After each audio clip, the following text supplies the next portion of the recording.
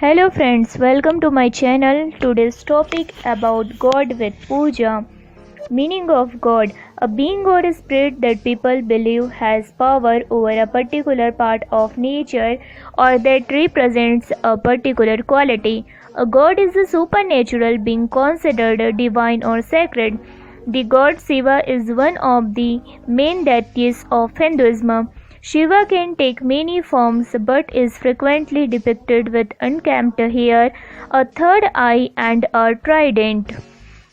Hindus believe in a universal soul or god called Brahman. Brahman takes on many forms that some Hindus worship as gods or goddesses in their own right.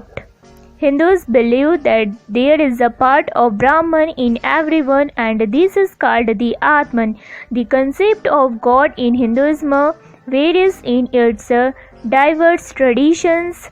Hindus following Advaita Vedanta consider Atman within every living being to be same as Vishnu or Shiva or Devi. Swayam Bhagwan, a Sanskrit theological term, is the concept of absolute representation of the monotheistic God as Bhagwan himself within Hindus. The title Swayam Bhagwan is used exclusively to designate Krishna. Certain other traditions of Hindus consider him to be the source of all avatars and the source of Vishnu himself are to be the same as Narayana. As such, he is therefore regarded as Swayam Bhagwan. Hindu places of worship. Hindu worship, which is known as puja, typically takes place in the mandir, temple. Followers of Hinduism can visit the mandir any time they please.